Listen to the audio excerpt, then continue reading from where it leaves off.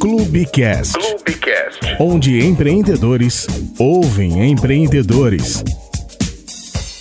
Família, herança, justiça, quais são as novas dinâmicas que implicam o direito familiar e como a mentalidade empreendedora invadiu os escritórios de advocacia? Esse é o tema do Clubecast de hoje, esse que é um espaço independente, um podcast voltado para trazer sobre a visão empreendedora para as diversas áreas profissionais. A gente já trouxe médico, a gente trouxe já advogado, enfermeiro, a gente já trouxe nutricionista, são várias profissões em que a mentalidade empreendedora invadiu e a advocacia não é diferente. Então, para isso, eu trouxe ela, Letícia. Seja muito bem-vinda. Letícia Pérez é uma advogada com 33 anos de experiência, especializada no direito civil e processual, com ênfase no direito familiar e das sucessões, certo? São 3 décadas, mais de 3 décadas atuando nessa área. Seja muito bem-vindo ao Clubecast de hoje.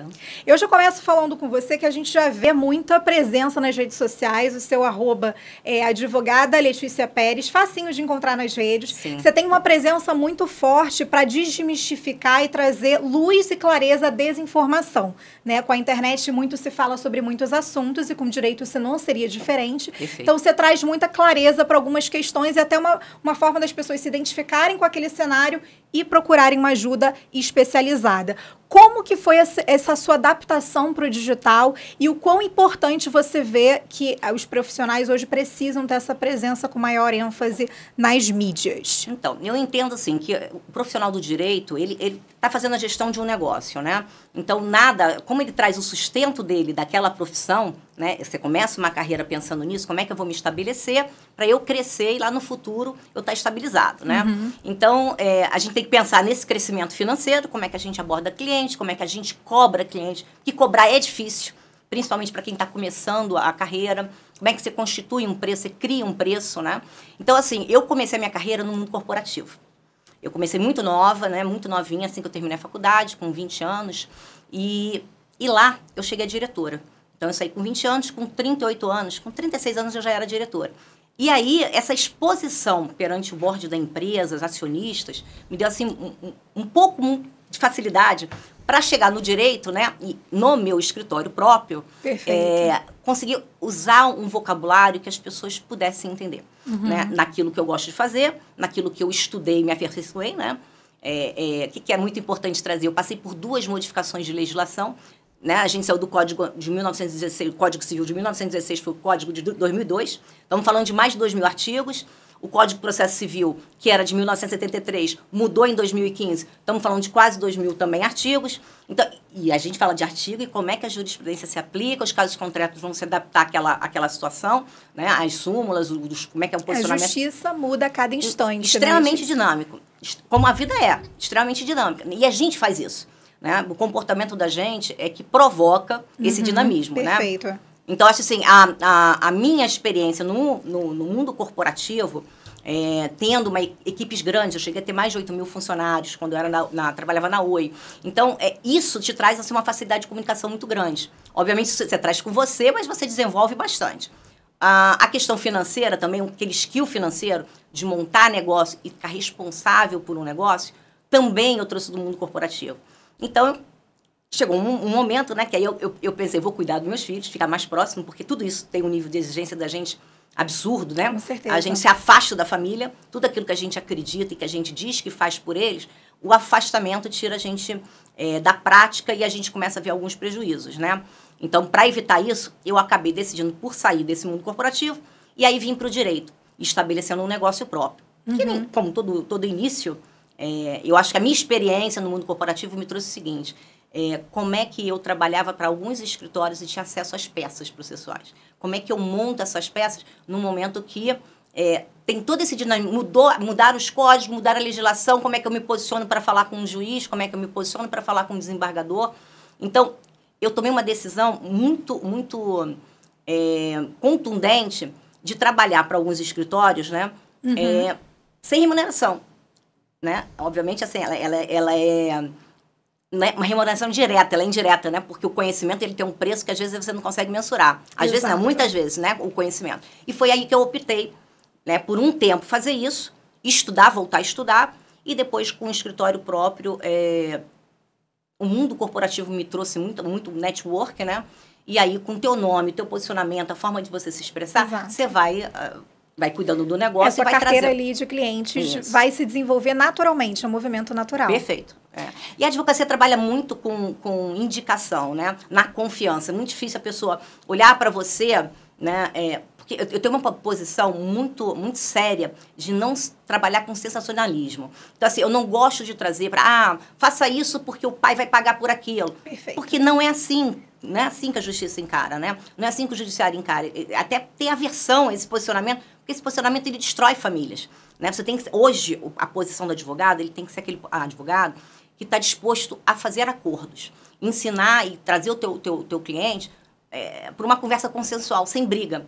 Né? E que no ambiente familiar, né, já teve um estrago ali no início, é um desafio muito maior. Muito maior. E é uma questão de acordo, porque vai implicar em toda uma dinâmica de criação de filhos e que isso vai ter um resultado se você não entrar em um acordo, já que vocês se acordaram para tê-lo, né? Sim. Em algum momento vocês vão entrar em um desacordo para seguir ali com a questão judicial. E com eles participando, né? As crianças participando assim ativamente. O que traz, hoje a gente consegue ver o desenvolvimento da psicologia, da psiquiatria, trabalhando muito forte as doenças emocionais, as doenças mentais, os transtornos, cada vez mais você tem especificação de transtornos que começam na infância, que se desenvolvem, começam na pré-adolescência, na adolescência, e aqueles que realmente só aparecem na fase adulta. Uhum. Né? Hoje a gente vê que o TEA, que é o transtorno do espectro autista, está sendo identificado em vários adultos. Né?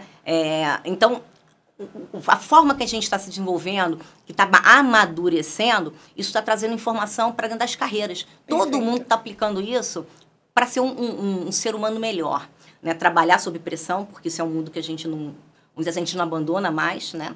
A gente está no capitalismo, o capitalismo é pressão o tempo todo. Exatamente. Então, a gente precisa se adaptar a isso, tem que ser forte para isso, mas como ser forte para isso? Só fisicamente, né? Porque a gente toma remédio e não sentiu a dor. Mas emocionalmente, como é que você lida com aquela bronca do chefe, com aquela derrota na justiça? O teu cliente está com uma expectativa de uma ação de danos materiais que vai ganhar R$1 milhão.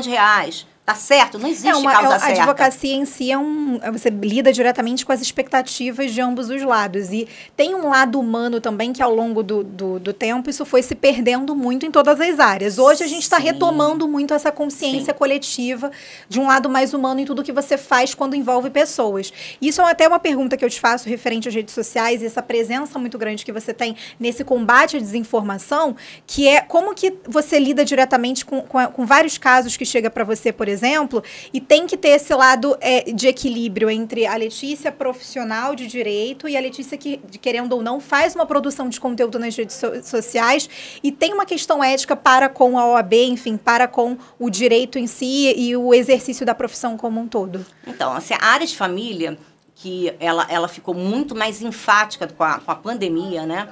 Então, assim, as pessoas podem não acreditar, mas com a pandemia, a quantidade de divórcios, o que eu trabalhei na pandemia com divórcio, regulamentação de guarda e convivência, partilha de bens, as pessoas não se conheciam, os casais não se conheciam. Então, passaram todo mundo trabalhando fora, trabalhando exaustivamente, e quando foram obrigados a ficar na mesma casa e a conviver, aí começaram os problemas mais sérios. E tomada de decisões, assim, muito rápidas de fazer o divórcio. Exato. Porque não queriam de jeito nenhum. Então, esse volume de divórcio, ele cresceu muito com a pandemia. Né? E aí, a gente fala do segredo de justiça. Né? Então, a gente tem que ter muito cuidado, porque muitas vezes você traz para a rede social informações técnicas do direito relacionadas a um caso concreto. Perfeito. Mas você não pode citar nomes. Você não pode apresentar decisões judiciais que você tem sucesso no judiciário e vir apresentar como aquilo, porque você tem que pedir permissão, inclusive, né, para o cliente, para apresentar, às vezes não menciona o nome, mas aquela parte técnica você quer mostrar. Uhum. Mas não é recomendado, né? E a outra coisa é a gente tratar isso com muito profissionalismo, voltado de novo, né? Para não dar a sensação para as pessoas que tudo é igual, né? Se busca no Google uma informação e aquilo vai se aplicar, eu vou trazer para o advogado aquilo, eu vou dizer para ele o que ele tem que fazer. Porque eu já vi no Google e no Google ele diz para eu fazer dessa forma. Exato. E não é assim, né? Então, a gente ouve muito, a gente vê as provas, porque a gente trabalha com prova, a gente, se for necessário, conversa com a família para entender aquela realidade, porque às vezes a percepção é de uma pessoa só, de quem está contratando o seu serviço. Uhum. Obviamente, a gente está entendendo que quem contrata o serviço, você vai defender os direitos dela. Às vezes é bem parecido com um criminal, né? Tem um bandido, mas assim, Ele vai ser condenado? Ele precisa de um advogado para defender ele. Perfeito. Né? Então, vai para o mesmo lugar. Às vezes não tem tanta razão, mas a gente vai fazer aquele que é o melhor. Né? E muitas vezes a gente vira o jogo, né? Porque do outro lado também não se apresenta da forma com que essa pessoa está entendendo. Né? E isso, eu acho que faz a maior diferença. Você sair do arroz com feijão e pegar o caso concreto e literalmente dissecar e ir trabalhando até com a tua experiência profissional, né? Eu também sou mãe, eu também fui casada, tive 2 experiências de casamento, meus filhos já são adultos, né? Tenho um de 30, outro de 22, mas... Né, de relacionamentos diferentes, e cada um me trouxe um desafio diferente. Não, né? e a gente tem muito essa falsa percepção de que o lado pessoal e profissional, eles não vão se fundir, né? Nada. E, na verdade, os dois se misturam em muitos momentos. E existe essa questão da ética para você se colocar para um caso, tendo em vista que você tem uma experiência profissional e pessoal que você vai carregar para tudo, mas que existe é muito linear ali o quanto você vai se colocar profissionalmente e pessoalmente dentro de um caso. E hoje, com as redes sociais, as pessoas se sentem muito próximas de quem está produzindo conteúdo, né? Então, tem muito isso de você abrir mesmo, enfim, o caso que você tá precisando de ajuda. E aí, como é que faz essa questão do retorno desse profissional, no caso você, para com essas pessoas pelas redes sociais? Existe uma orientação muito forte da OAB na questão ética. Então, a regra é que o advogado trabalha igual o médico, igual o dentista, ele tem que ter uma consulta com a pessoa. Então, não se pode a pessoa fazer pergunta ali e você sair respondendo porque você não analisou nada, você não conversou com ela, você não viu documentação nenhuma. Então, a orientação do escritório, eu tenho uma pessoa que me assiste, marcar uma consulta com aquela pessoa. Dali a gente vai conversar, a gente vai fazer perguntas, e aí vai desdobrar o assunto, né? Vai dissecar e vai tomar uma linha de raciocínio. Né? A gente tem vários viés no direito, né, para tentar fazer o melhor para aquele cliente. Então, não se recomenda, e eu não faço. Né? Por mais que tenham outros profissionais que façam, eu não vou entrar em nenhum critério de certo ou errado, mas a minha posição é marcar uma consulta e aí a pessoa conversa direto comigo. Não tem uma segunda pessoa. Alguém vai fazer perguntas e depois vai falar com ela. Não. As pessoas têm livre acesso. Uma das coisas que eu tenho, assim, que eu acho que eu trouxe do mundo corporativo, que é muito bom para o cliente e que eles sentem uma diferença, é a disponibilidade. O acesso. Né? Então, assim, tá com dúvida, tá naquele momento de angústia, é um problema grave, aconteceu uma situação grave, deixa eu ligar para ela e perguntar. Então, eu faço de tudo para trazer o conforto para essa pessoa, até para ela entender que o processo judicial, ele tem uma forma de conduzir. Né? E aos poucos vai se criando essa confiança, e essa confiança a gente traz para o resultado do processo judicial. E, em paralelo, como você está num negócio, você cobra por tudo isso. Porque essa disponibilidade não é gratuita, né? Exato. Você se dedica, né? E o teu tempo ele tem que ser remunerado. Perfeito. Né? E não é só porque você quer ganhar dinheiro. É porque é a tua missão, você fala, o sustento da sua casa, né? E as pessoas compreendem. Compreendem porque entendem, porque na vida tudo é assim. Né? Não, e essa questão de você se tornar acessível para um cliente... Obviamente, é o teu tempo ali de trabalho que você está exercendo e tirando ali do seu dia para dar uma orientação mais detalhada para aquele cliente. Então, quem te procura já sabe que você vai dar essa acessibilidade para essa pessoa, esse acesso, mas que isso vem com uma questão de um custo em cima disso. Sim, sempre. Perfeito. E aí, assim, primeiro por formação, né? Por forma de trabalhar. O outro é porque a orientação da OAB é que para não ter... Aquele advogado que passa por bonzinho e que dá muita informação e faz gratuito, e aí recebe no final do processo, a orientação da OAB não é que você faça isso. Você tem tabela de honorários mínimos, e cada estado tem o seu. Perfeito. Porque vai depender muito de como financeiramente aquele local funciona, né? E aí a gente vai trabalhando. Eu trabalho em Rondônia, trabalho no Santa Catarina, Rio Grande do Sul, São Paulo. Né? Hoje também, por conta da própria pandemia, a automatização dos tribunais, né, e a uniformização, que isso é importante falar. Né? Além de eles estarem automatizados, tudo está ali eletrônico, a orientação do CNJ, o Conselho Nacional de Justiça, é que todos os tribunais, tanto estaduais, federais e superior, utilizem, inclusive, o mesmo sistema. Tem todo um movimento forte para que todos os advogados, todos os magistrados, eles utilizem o mesmo sistema. Sistema unificado, né? Então, facilitador. Exatamente. Então, tudo isso faz com que te exige mais como profissional, né? No sentido de se capacitar, né? Mas, com certeza, você vai dar celeridade aos processos e vai ajudar o judiciário a ser melhor. Né? Isso vai refletir direto na tua relação com o teu cliente. Perfeito. Né? Letícia, ele tem uma atuação muito grande no direito de famílias e sucessões, você vem do mercado corporativo e aí abre o seu escritório voltado para o direito civil, processual civil, com ênfase no direito de famílias e sucessões. Para quem não entende muito bem o que consiste, o que abrange até a procura para uma vara familiar, o que de fato essa área abrange nas questões judiciais? O que você atende de fato em nome do seu escritório hoje? Então, a gente fala, o que é o mais do dia a dia? A gente fala no divórcio, que hoje, qual é a diferença que você tem para o passado? Você tem um divórcio liminar.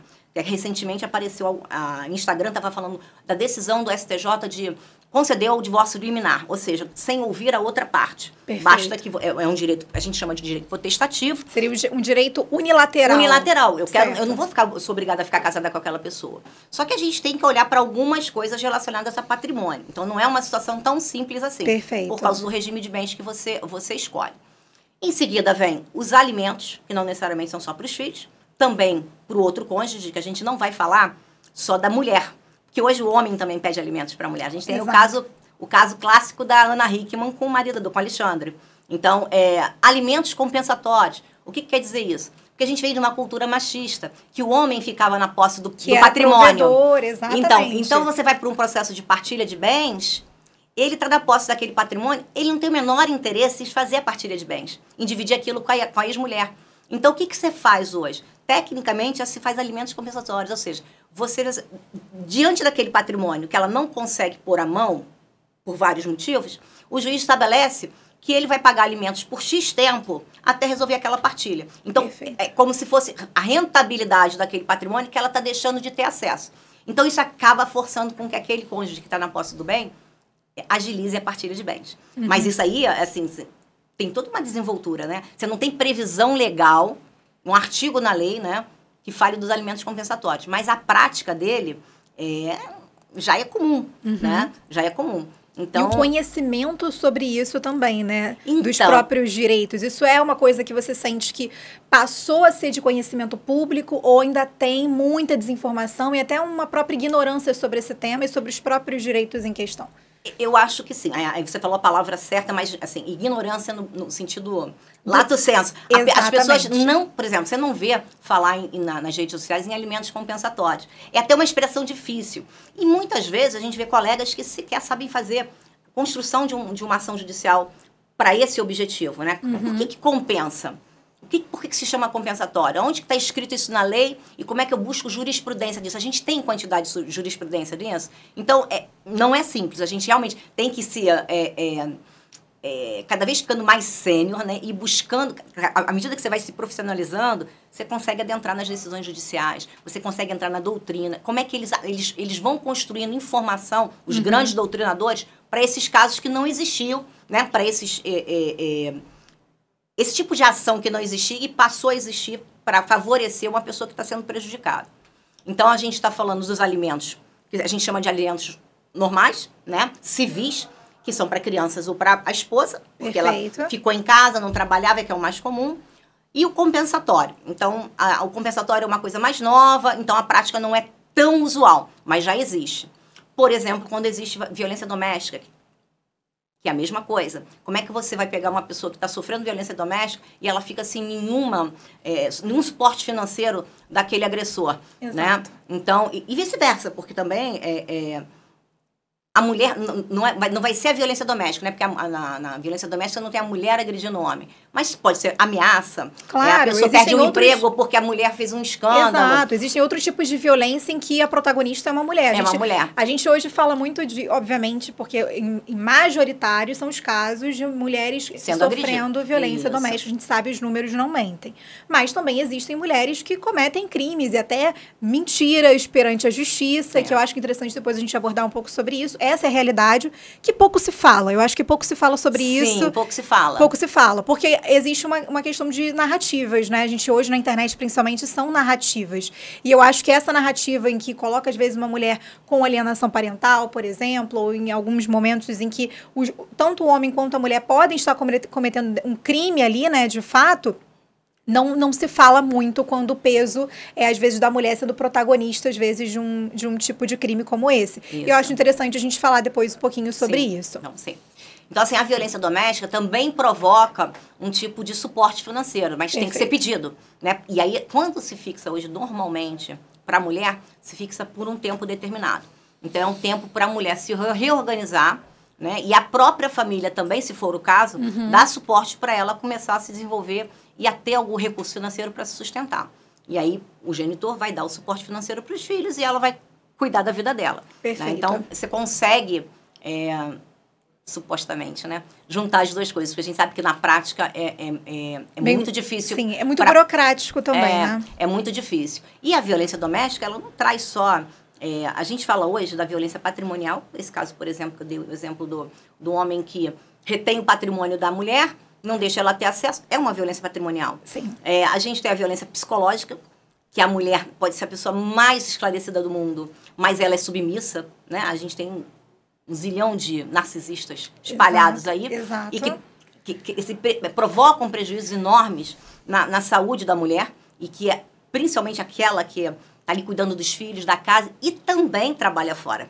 Exato. Né? E a gente fala da agressão física, que era mais comum no passado, e que hoje a gente tem, infelizmente, assim, estampado nos jornais, que é o feminicídio. Por isso que eu acho que, assim, a gente, em algum momento, tem que escolher para onde vai colocar o esforço. Perfeito. E o esforço está muito grande em cima da mulher pela violência que o homem está praticando e o tipo de violência. Exato. Então, assim, o volume de feminicídio é uma coisa, assim, inexplicável, né? É absurdo. E como que os homens estão se comportando, porque a maior parte deles, o que a gente vê da história, é que o cara se descontrola totalmente, parte para matar, às vezes nem lembra o que ele fez, enfim, é o que eles contam, né? Mas acontece, a gente tem alguns casos muito difíceis na justiça de... Por exemplo, aquela juíza que foi morta na Barra da Tijuca, deve ter uns 3, 4 anos. O marido engenheiro, estava indo buscar as filhas. Exatamente. E esfaqueou, foi premeditado. A pessoa não pode ser uma pessoa normal. Mas, enfim, aconteceu, Mas morreu. é pela quantidade de casos e recorrência. Enquanto a gente está conversando aqui, alguma mulher está sendo violentada dentro da própria casa. Isso mesmo. Então, por conta disso, existe uma dinâmica também judicial, tendo em vista que, pelo número de casos que isso vem acontecendo, existe um respaldo da justiça hoje para proteger uma mulher que sofre essa violência, está dentro do direito familiar numa dinâmica de divórcio. Sim, você pode trabalhar com ação indenizatória, só que assim, tudo que você pede, você tem que ter um fundamento. Então, assim, você tem um ato ilícito e que provocou, por exemplo, a mulher não conseguir trabalhar, a mulher perdeu aquele emprego porque ela precisou se dedicar às crianças, enfim. Qualquer coisa. Para você pedir uma indenização material, você tem que demonstrar que houve aquela perda material, perda financeira. E o moral é aquilo tudo que abala a pessoa psicologicamente. A moral, né, a conduta dela, como é que ela vai prosseguir a partir dali, né, o quanto ela ficou exposta. E o judiciário também não tem um comportamento de trabalhar com valores muito altos em dano moral, para não se acostumar, né? Não incentivar os pedidos de dano moral, porque é muito mais subjetivo, né? Então, na violência doméstica, aí o que a gente tem? Tem as exposições de corpo, né? Troca de mensagens, de fotos, né? Então, a forma com que expõe a vítima dá ensejo a indenização por dano material. Perfeito. E dano moral. E o dano moral, ele não é pedido numa vara de família. Ele é pedido numa vara civil, numa vara comum. E você tramita um processo de indenização de uma batida de carro. Né? Então, lá vai se explicar, o juiz vai entrar no detalhe e vai dizer se é cabível ou não o dano moral. Então, é mais ou menos por aí. Né? Hoje, Letícia, a gente tem você bem mencionou anteriormente que antes os homens eles eram mais provedores, né, do lar. Então a mulher tinha essa questão do cuidado com o filho, acabava que a renda dela estava muito associada à renda do marido, do dinheiro que ele colocava em casa. Essa era a dinâmica familiar de uns tempos para trás e agora você lida às vezes com o divórcio desses casais. Porém, hoje, as novas gerações, e até as mulheres de 30, 40, 50 anos, e até 60, são mulheres que entenderam até uma dinâmica diferente de família, principalmente a geração mais jovem, e os contratos de relacionamento mudaram, estão mudando, né? A concepção do que é o casamento, isso eu digo muito por mim, eu tenho 24 anos, é um assunto que eu penso muito sobre isso, que tipo de partilha de bens eu vou ter, se é parcial ou se é total eu já não acho muito que eu gostaria, por exemplo, mas não sei até que ponto seria bom ou não, enfim. Mas a minha geração começa a se questionar, porque viu pais de amigos, até pessoas da mesma família, se divorciando e na hora do divórcio sentem que um peso acaba caindo menos para a mulher ou mais para a mulher.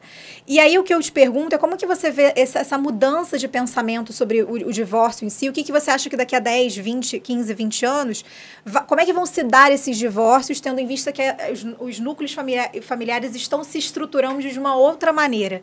E hoje você vê que homens e mulheres são provedores dentro do lar, são mulheres que saem para trabalhar e os homens também. Então, os dois estão construindo patrimônio e até de maneira muito equivalente, ou até, enfim, até mulheres que ganham muito mais do que homens. Então, como é que você acredita que vai se dar esse divórcio ali, essa dinâmica do direito familiar daqui a um tempo? Então, a gente fala muito, né? As redes sociais vieram para mostrar um patamar de vida financeira que não é real. A verdade é essa, as pessoas querem viver um mundo que elas não têm. Perfeito. E nisso, o que acontece? As pessoas começam um relacionamento, hoje eu falo muito isso para meus filhos, vocês não namoram mais, vocês já começam casados.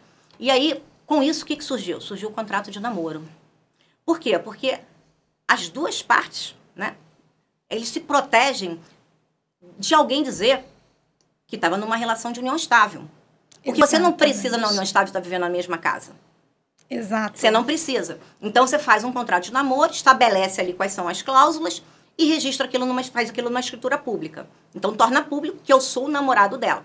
Agora, tem que tomar cuidado, por quê? Porque às vezes a pessoa também faz o contrato de namoro, está numa união estável, mas fala para o outro fazer um contrato de namoro e o outro não tem informação para mascarar uma união estável. Então, isso tudo as pessoas vão criando, né, os artifícios. Perfeito. Então, mas o contrato de namoro, ele veio para, vamos dizer assim, suprir essa necessidade. O segundo passo é que, assim, as pessoas não estão tanto pelo casamento, estão indo para a união estável. E a união estável, a regra é que o regime de bens é a partilha parcial de bens. É o regime de bens, né, que a gente partilha comumente. Mas você pode estabelecer numa escritura pública outro regime de bens. Por exemplo, a separação total. Então, eu estou vivendo em união estável com separação total de bens.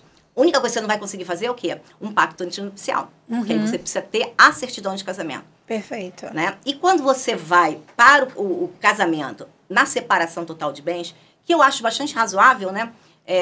Porque favorece muito qualquer discussão posterior. E junto à separação total de bens, você faz o pacto antinupcial. E lá se estabelecem regras, inclusive hoje, de como que o marido e a mulher vão separar as atividades domésticas. E se separar, se tiver divórcio, qual vai ser a pensão estipulada para os filhos? Que um ou outro vai prover. Então, lá no nível de detalhe hoje de um pacto antinupcial é desse, né? Exatamente. Então, isso traz inteligência. E aí, o que acontece? As pessoas vivem melhor.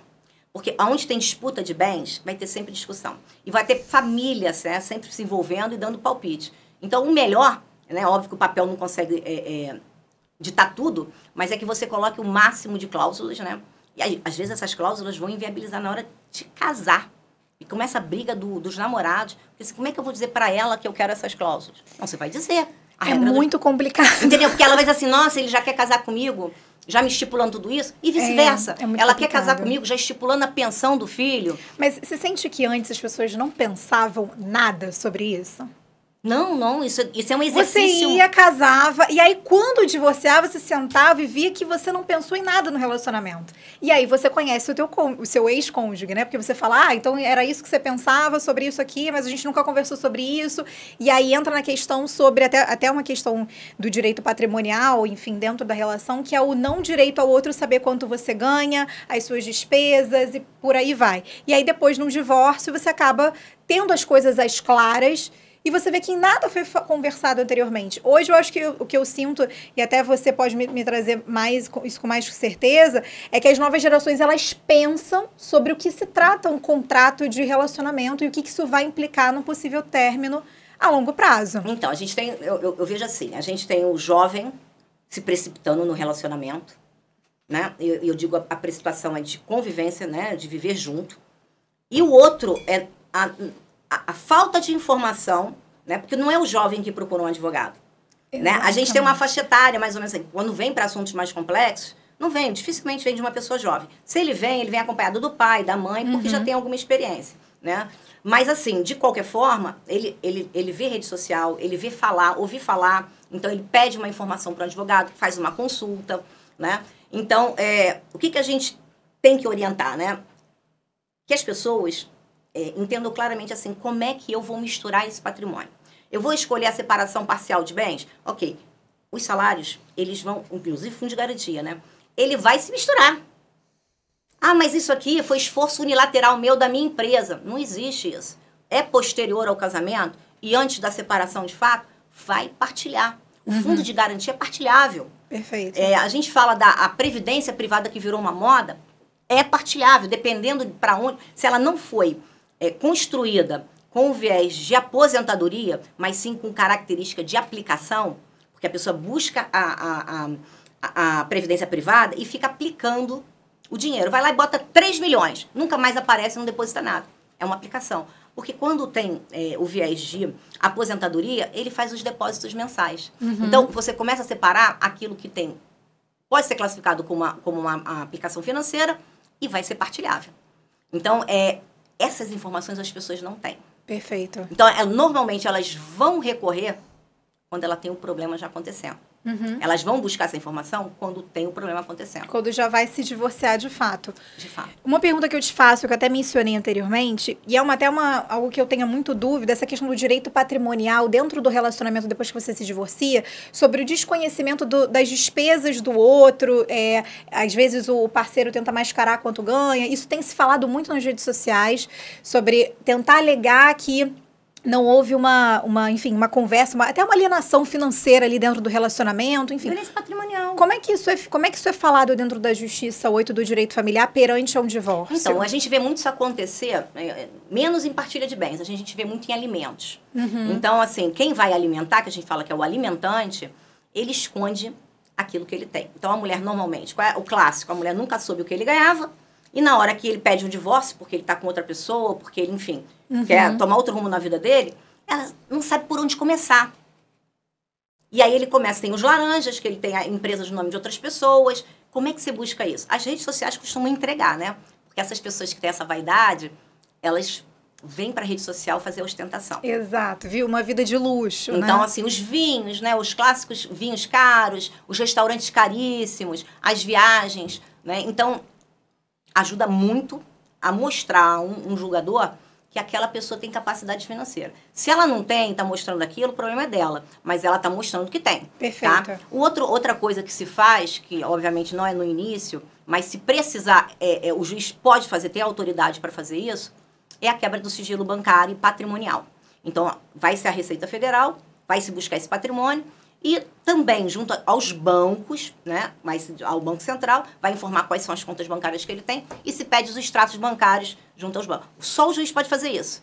Porque se ele não fizer espontaneamente, aí o juiz vai lá, força e faz a quebra de sigilo bancário. Mas também não é uma situação que você consegue. Você tem que justificar muito bem justificado para o juiz por que vai se quebrar um sigilo bancário. Perfeito. Né? Mas isso acontece. Mas também, muitas vezes, assim, cada vez mais eles estão ficando profissionais, né?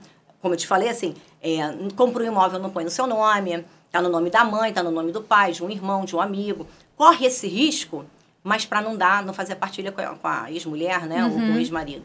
Né? Tem um negócio junto, cotas, esconde o valor do resultado financeiro daquela empresa, né? Ou utiliza o dinheiro em favor próprio, coloca no exterior. Como é que você vai consultar saldo de conta bancária no exterior? Isso virou moda. Você sente que as pessoas hoje elas casam com medo do divórcio? Com medo não, mas se preparando para um divórcio ou não? Não, eu acho assim, eu não acho não, eu tenho certeza. As pessoas não se preocupam, que eu acho que é um grande problema, tá? Eu também acho que é a ordem natural, né? Porque a pessoa quando é nova, mais nova, não tem experiência de um relacionamento, você sempre vai com as melhores das intenções. Só que lá você vai descobrir o que é viver com uma pessoa, tá? Esse é o segundo. E o outro é que, assim, essa precipitação faz com que as pessoas entrem, às vezes, muitas vezes, numa sociedade. O casamento deixa de ter aquela questão do afeto, do amor, Perfeito. Da união. Eu te defendo em qualquer lugar, em qualquer circunstância, para discutir o seguinte: quanto é que é o prejuízo que eu vou ter nisso? Entendeu? Exatamente. Então, essa questão, ela traz fica tudo muito congelado, as pessoas ficam com o coração muito duro. E aí, para ir para uma decisão de divórcio, porque a pessoa já decide e vai ter aquelas pessoas que vão incentivar. Porque quem está de fora acha que é melhor aquela pessoa não perder. O que é perda? Perder uma família é melhor, nesse caso da Virgínia e do Zé Felipe, está falando isso. O que é ter um patrimônio grande e jogar toda uma família fora? 3 crianças pequenas, né? Uma atrás da outra, e perdem o convívio com os pais num mundo faraônico, né? Aquele mundo que elas têm na frente delas que a gente não consegue nem tangibilizar. Exatamente. Então, então a gente tem que ter muita sensibilidade, né? Então, o mundo está ofertando muita facilidade para quem está fora, né? De criar outros relacionamentos, ou de achar que é mais fácil construir um patrimônio sem a ajuda do teu companheiro, né? E aí, virando uma sociedade, a probabilidade desse casamento não ir para frente é muito grande. Então, por que falta nas pessoas hoje, né? Até nas relações de pais e filhos, afeto.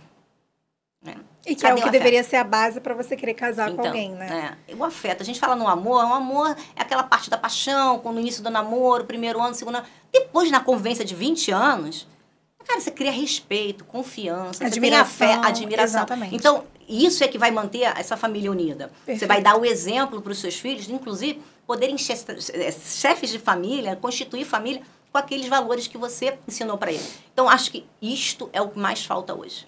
Né? As pessoas estão muito a ferro e a fogo, muito vivendo a estampa, aquilo que eu posso mostrar para os outros que eu tenho, mas sem olhar aonde ele está ferindo, quem ele está ferindo, qual é o prejuízo que ele está causando dentro da família. E ter essa concepção tem que ter muito, como a gente falou até no início do podcast, a falta do lado humano também por parte de muitos advogados que estão lidando com famílias. Tem então, os advogados que estimulam isso, né? Tem a questão de você estar lutando ali à frente do direito, obviamente, do seu cliente, mas existe uma questão ali sentimental e humana que não tem como ser deixada de lado. Uma pergunta que eu te faço, e até um assunto que veio muito para a mídia agora, que a gente estava falando sobre divórcio, essas novas dinâmicas de relacionamento, novas estruturas e pensamentos de como que você cria uma sociedade, quase que uma sociedade com alguém, não pelo casamento em si, e com muito medo de como é que pode vir a ser esse divórcio, o que você vai perder na questão financeira. Hoje a gente tem muito apego a essa ideia. E aí eu queria trazer um outro ponto, que é sobre os divórcios que envolvem filhos, né? Hoje existe uma briga de narrativa nas redes sociais sobre alienação parental, sobre direito de um mais do que o do outro, guarda compartilhada. O que você vê que mudou muito nessa dinâmica quando um divórcio envolve filhos hoje, até uma presença no digital para tentar trazer mais clareza tanta essa desinformação que existe? Então, a gente quando vai estabelecer alimentos civis, né, para criança, enfim, e vai fazer a regulamentação de guarda e de convivência, que são 2 institutos diferentes. Um é você estabelecer como é que você vai fazer a guarda, e a outra é você estabelecer como é que os genitores vão conviver com aquela criança. Perfeito. Tá? Então, assim, os alimentos a gente já falou um pouquinho, né? Fixa, assim, salários mínimos, um percentual do salário da pessoa, né? Se ele é um empreendedor, ele é um empresário, vai olhar aquilo que a empresa dele mostra para fora e vai fixar em salários mínimos. E aqui, na guarda, a gente tem a regra que seja compartilhada. E aí as pessoas acham que a guarda compartilhada é compartilhar a casa. Não é isso. A guarda compartilhada são os pais compartilharem as decisões em conjunto. Só que assim, né? Frente a um divórcio, onde existe briga, onde existe animosidade, como é que você vai botar um pai e uma mãe, a dificuldade é essa, né? O desafio é esse, para decidirem, tomarem a melhor decisão para aquela criança. Então, assim, a regra é compartilhada. Unilateral, que é o antigo, né? Que as mães ficavam com as crianças, né, que a regra era ser unilateral, pouco se é praticado hoje, né? E tem a guarda alternada, que são a alternância dos lares, né? E aí tem que ser em comum acordo realmente. O pai e a mãe, né, estão em comum acordo, que a criança fique uma semana com o pai, uma semana com a mãe. Ela tem alternância de lares. E aí, isso o que vai implicar? Vai implicar nos alimentos, porque as despesas vão ficar fixadas naquela casa, naquele período que a criança está lá. Uhum. Então, alguns raciocínios se associam. Agora, na guarda compartilhada e na unilateral, é que se tem situações mais presentes da alienação parental. Porque muitas vezes quer se comprovar uma alienação parental para se atingir os alimentos. Para, né, enfraquecer aquilo que você vai prover para a criança, porque você quer atingir um cônjuge. É muito difícil isso, que envolve muita criança, né? Justamente envolve quem você deveria mais proteger nessa situação toda. Hoje, toda. quando a gente fala muito dos transtornos, né? Esquece, assim, não estamos falando de guarda, mas a forma com que a medicina e a psicologia evoluíram, o que a gente percebe na alienação parental? Que esses transtornos, né, dos adultos, né, que as pessoas não cuidaram e não cuidam porque muitos têm preconceito, muitos não têm condição de tratar, não faz o mínimo necessário para viver bem. Perfeito. Né? Isso vai influenciar, assim, drasticamente naquela relação com aquele ex-cônjuge e que vai desdobrar para a criança. Né? Então, se a regra é compartilhada e eles não conseguem se dar bem, porque eles têm uma agressividade ou têm comportamentos que precisam ser controlados, né, para não atingir a criança, quem é que vai conseguir fazer esse meio de campo? Né? Não tem jeito, tem que ser o judiciário. E não permitir que a criança seja envenenada, né, contra um dos cônjuges, porque aí isso sim, né, salva a situação que um pai ou uma mãe abre mão da guarda compartilhada para deixar com o outro, mas a alienação parental, uma das sanções é a reversão de guarda. Entendeu? Então, então você sente que às vezes tem um jogo ali, uma dinâmica de tentar colocar até mais peças do que existem para tentar reverter esse cenário, tanto da questão do alimento, quanto também da guarda compartilhada. E assim, o que a gente vê muito? A gente vê muito, né, também o machismo, né? Porque o homem tenta sempre desqualificar a mãe.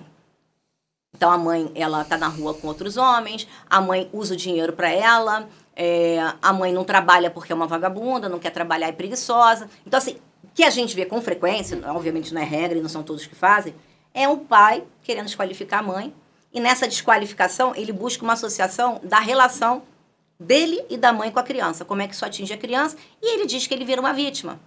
Porque a mãe está mais presente, está com mais tempo em convívio com a criança, e que ela, né, pega disso e vai aplicando a raiva na criança. Aquela raiva que ela tem, ela vai dando para a criança e a criança depois não quer conviver com ela, com o pai, né? Então, isso é muito difícil. A gente tem equipes no tribunal multidisciplinares, que são assistentes sociais, que vão nas casas das pessoas para enxergar esse tipo de situação, como é que eles vivem. E as psicólogas, que vão entrevistar essas pessoas e vão ver qual é o tamanho do prejuízo que esse relacionamento mal estruturado entre pai e mãe causa na criança. Afetando a criança. Né? Mas a gente tem uma prática de alienação parental bem razoável. Tem a alienação, as acusações falsas. Né? É que isso é muito difícil hoje, né? Porque vira uma briga de ego e depois quem paga esse efeito todo, quem sofre esse efeito todo é a criança. Às vezes tem vamos que o pai conseguiu provar uma alienação parental e teve uma reversão de guarda. Aí a criança vai ficar com ele unilateralmente. Aí depois a mãe consegue comprovar que não era bem daquele jeito. Ou a criança cresceu e aquele pai perdeu e constituiu outra família e perdeu o interesse de continuar com aquela criança. Aí volta a criança para a mãe. E nesse Concorda contexto... comigo que essa questão do afeto eles dispersaram, eles desprezam totalmente? E nesse contexto todo, o papel do advogado é tentar minimizar os efeitos, deveria ser pelo menos, minimizar esses efeitos numa terceira pessoa, né, que está envolvida nisso. Então, o que a gente faz? Tem uns que são muito, assim, intransigentes, né? Não, eu não quero, ela vai fazer o que eu quero. Porque normalmente é assim, tá desqualificando a mãe não tem capacidade de ficar com o filho, e aí começa a mostrar o mundo que ele pode oferecer. Perfeito. O mundo que ele pode oferecer é aquele mundo que a mãe jamais vai conseguir. Mas não quer dizer que é o melhor para a criança crescer. Como é que você ensina? A criança começa a ficar com medo. Aí a criança entra em tratamento psicológico, psiquiátrico, né? Como é que você para esse cidadão, né? O advogado, qual é o posicionamento? Muitas vezes, nas mães que estão sendo desqualificadas, o meu posicionamento é de botar o cara no lugar. O próprio advogado dele, né? Tipo, pedir ao juiz e ao Ministério Público que faça uma avaliação psicológica dele, de um perito nomeado, de confiança do juízo. Quer fazer na minha cliente? Pode fazer na minha cliente, mas faça também nele. Então, assim, vamos ver o quanto esse comportamento ele é pernicioso para a relação da mãe com a criança e para a criança crescer. Porque a mãe... normalmente a criança vai querer ficar com a mãe. Ela não quer se abster de estar com o pai. Perfeito. Mas ela quer continuar vivendo com a mãe. A casa dela é a casa da mãe. Então, o que a gente vê nessa agressividade, ela sendo desmistificada em relatórios técnicos de profissionais assim, muito qualificados. Né? Então, o juiz apresenta aquisitação, o Ministério Público apresenta aquisitação, que são as perguntas para o especialista, que é o perito, e ele vai entrevistar todo mundo e vai dar um parecer final para o juiz. E, obviamente, aquilo ali vai embasar uma decisão que o juiz vai tomar. Né? Até em relação ao tratamento, tá? De indicação de tratamento psiquiátrico, psicológico, né? Em relação à forma com que oferece bens materiais para aquela criança, trocar isso por amor, né? Perfeito. Então, algumas coisas se consegue estabelecer muito bem. Hoje, como eu falo assim, a medicina e a psicologia evoluíram tanto. E que aí estão ali acompanhando todo o avanço da advocacia em si. Trabalham de mãos dadas, né? Perfeito. Né? Um outro ponto que eu acho importante a gente trazer aqui é que a gente até comentou antes do podcast sobre holding familiar, né? Falar sobre direito familiar também tem que pensar numa novidade para o mercado, que é essa noção de holding familiar para quem tem mais dinheiro, enfim, normalmente é mais procurado por esse tipo de, enfim, status social. Como é que você vê essa questão do inventário em desuso, a busca pela holding familiar para estruturar essa repartição de bens aí em algum momento? Então, a gente tem que tomar muito cuidado, porque assim, holding virou uma moda. Então, a advogada faz uma holding. Os honorários são fabulosos. E aí, muitas vezes, esse advogado não sabe fazer uma holding, né? Construir uma empresa, distribuir esse dinheiro, quais são as condições que esses herdeiros vão receber esse dinheiro lá no futuro e lá no exterior, né? Usando a tributação dessas empresas, né? Como é que essas empresas são tributadas no exterior? Que hoje, por exemplo, são tributadas aqui. Esse dinheiro que está no exterior, ele paga em cima da rentabilidade, ele está pagando um imposto de renda anualmente aqui. Então, a pessoa que não entende de mercado financeiro, fazer uma holding, ela vai ficar na mão de um economista ou de um advogado. Então, eu já desaconselho. Porque eu acho que, assim, teu patrimônio, se você não entende o que estão fazendo com ele, você não pode dar na mão de um terceiro para fazer. Esse é o primeiro coisa. Então, assim, você tem o testamento, que é razoável, né? E sempre funcionou nas famílias, quando você quer fazer a distribuição do patrimônio. Você tem aquelas que a lei sucessória, o direito sucessório define a distribuição do patrimônio, né? A partilha de bens, e aquela cota à parte que o provedor da herança pode determinar para quem vai. Então, é menos complicado. Existe uma regra, uma forma técnica no direito para se fazer um testamento, mas funciona muito bem. E hoje que a gente tem de facilidade, que a gente sai daquele tempo, né? Eu acho que a gente tem muito um místico de que o inventário leva anos para ser feito, né?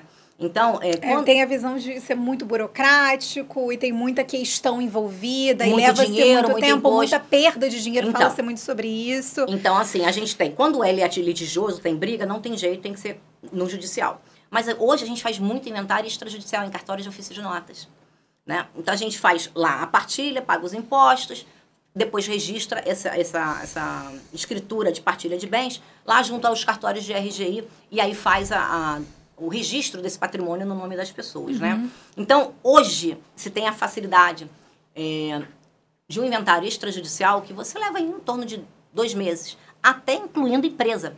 A partilha de ações, né? Um sócio majoritário faleceu e aí tem os filhos. Você pode fazer a distribuição das ações dentro da partilha de bens no inventário extrajudicial. Por que você acha que houve essa busca tanto por holding familiar? Por que você popularizou de uma forma meio que algo é mais moderno, mais fácil? Assim, um conceito muito assim, como é que você quer... Porque quando você faz isso antecipadamente, esse dinheiro, ele não é mais seu, ele está em empresa, ele é de uma empresa. Perfeito. Então, não entra na regra da sucessão.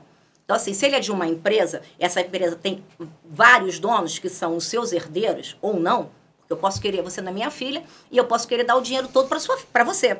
E como não está entrando na regra de sucessão, essa empresa vai estar no teu nome lá. Só que você estabelece como é que você vai deixar que essa pessoa usufrua desse dinheiro. Se vai ser em vida, só após a morte.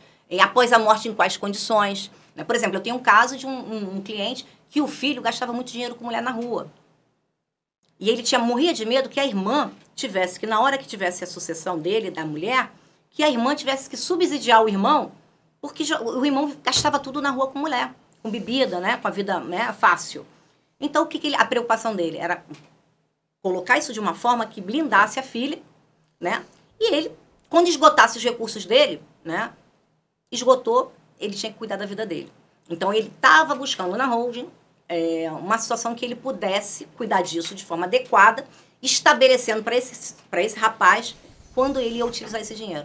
Até, inclusive, assim, vai fazer saques de quanto em quanto. Pode fazer de qual periodicidade, qual o valor. Consegue determinar isso. Então, assim, são situações muito específicas. Perfeito. Então, assim, você tem que ponderar muito o que você vai gastar para fazer, o que você vai gastar para controlar, né? E o quanto você vai ensinar as pessoas que são seus herdeiros, a hora que você não estiver mais aqui, como é que essas pessoas vão lidar com isso no exterior? Com essas empresas no exterior. Então, isso falta muito. Então, não é uma cultura conhecimento, de fato, sobre onde você está... Qual a escolha que você está fazendo. E se você tem o mínimo de noção ali de quais as burocracias entrelinhas estão... A gente vê hoje que a geração de hoje, né, que ele fala da geração Z, eles não têm interesse nos negócios dos pais. Então, eles não sentam com os pais para entender esse mecanismo todo. Essa concepção de herdeiro, acho que se perdeu muito ao longo do tempo. A gente fala muito, né, que a gente tem profissionais da herança, né? Os filhos que não querem trabalhar contando, né? Estão aí, a idade vai avançando, os pais não falecem, mas ele tá ali contando com aquela herança que vai sobreviver até a velhice dele com a herança que o pai e a mãe vão deixar. Exato. Né? Então, isso existe hoje com muito mais frequência do que a gente via na época dos nossos pais, dos meus pais, na minha época de adolescência, né? Porque por mais que construíssem um patrimônio, e era muito mais fácil naquela época eles construírem do que hoje, porque as pessoas gastam muito mais. Exatamente. Mas o que a gente vê é que hoje... Hoje as empresas quebram com muito mais facilidade do que antes. Então, não tem gestão. Depende de toda a inteligência dos pais, que muitas vezes vão ficando obsoletos, né? Então, eles esperam que os filhos substituam eles e não vão substituir. Né? Interessante você falar aí sobre essa mudança dessa visão de holding familiar para o próprio inventário e do qual é a melhor escolha para si e muito de como as novas gerações estão pensando sobre isso. Porque tem um movimento muito, muito grande, a gente já viu aqui, inclusive, de tentar dar uma empurrada sobre holding familiar para quem tem a galera da geração Z na família, que acho que não, mas daqui a um tempo vai ser mais fácil dele administrar do que um inventário e tudo mais. E aí acaba empurrando isso para uma geração que tem muito desconhecimento sobre esse mercado. Pior do que não ter o conhecimento é não ter interesse pelo conhecimento. Perfeito. Então, assim, eu sempre aprendi na minha vida, sempre fui novinha. Eu falo para meus filhos assim, eu sei que eu fui um ponto fora da curva porque eu gostava de aprender. Então, hoje não é fácil. Eu que tentei fazer isso com meus filhos, eu entendi como mãe que o filho necessariamente quer fazer aquilo que a mãe quer, o pai quer. Mas eu tinha facilidade de aprender, eu tinha interesse de aprender, o meu jeito de ser. O que a gente vê hoje é que esse tipo de construção sucessória, né, ela tem que ser feita com os filhos juntos. Se não fizer, lá na frente, como é que eles vão usufruir disso? Aonde é que eles vão buscar? Eles vão pagar outro profissional para ensinar eles a usar? Exatamente. Então, é isto que as pessoas precisam entender nesse mundo complexo, financeiro. E aí tem uma outra questão que é muito importante, é a tributação. A gente está num país que, embora, né, as pessoas recorram ao exterior para botar o seu dinheiro, mas algumas empresas, né, no exterior, elas são tributadas aqui na sua rentabilidade anual. Quando você faz a declaração isso vem com o governo atual, né? Com a declaração anual de rendimentos, você vai declarar o seu patrimônio e o que tem lá no exterior, aquilo que você teve de ações, que teve receita líquida, né? Aquilo que superou aquilo que você aplicou, vai incidir imposto de renda. Isso não é pensado na hora que você... Então, assim, a pessoa precisa saber lidar com dinheiro, ser profissional nisso, e aí ser um águia, né? Eu falo isso, porque não é só fazer o arroz com feijão da holding, é fazer aquilo que não vai fazer você ter perda, tomar uma decisão que lá na frente você vai perder, que aquilo vai se multiplicar, continue se multiplicando. É fazer o seu dinheiro trabalhar por você, né, Letícia? A gente falou muito sobre família, sobre herança, sobre justiça no geral, e os desafios atuais dos direitos das famílias, a visão empreendedora que você teve saindo do corporativo e o quão você é grata também pela visão dentro do corporativo que te fez migrar para dentro do empreendedorismo, ter o seu próprio escritório, até para estar mais próximo dos seus filhos, e que normalmente muitas mulheres decidem empreender por essa questão. Uma pergunta que eu te faço, até para a gente já começar a fechar o podcast, o que você vê, assim, ao longo desses 33 anos à frente do direito e que veio a estudar mais esse direito familiar, que é uma Constituição que mudou 2 vezes e que, como você mesmo mencionou, vão aí 4.000 artigos dessas 2 mudanças.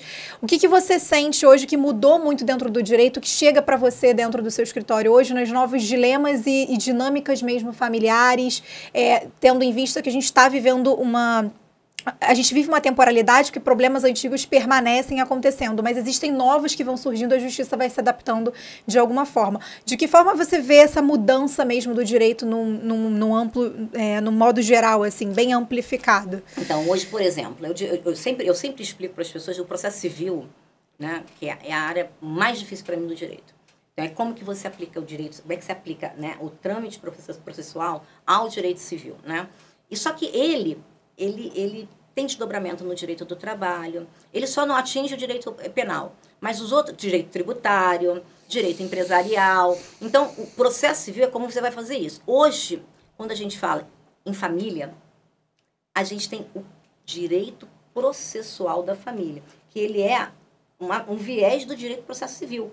Mas ele está se especificando como é que você tramita as ações de família, como é que se tramitam as ações de sucessões, e cada vez mais o próprio julgador ele está absorvendo o direito a técnica de outro direito para aplicar no direito de família, né? Então, a gente vai subsidiando o direito de família com decisões que são aplicáveis ao direito de família. Então, por isso o processo direito processual das famílias e sucessões. Uhum. Então, ele já é uma grande inovação. Eu não comentei aqui, mas, por exemplo, a gente tem uma ação que você prevê reembolso de despesas no direito civil. Uma determinada situação, você entra com uma ação de reembolso de despesa.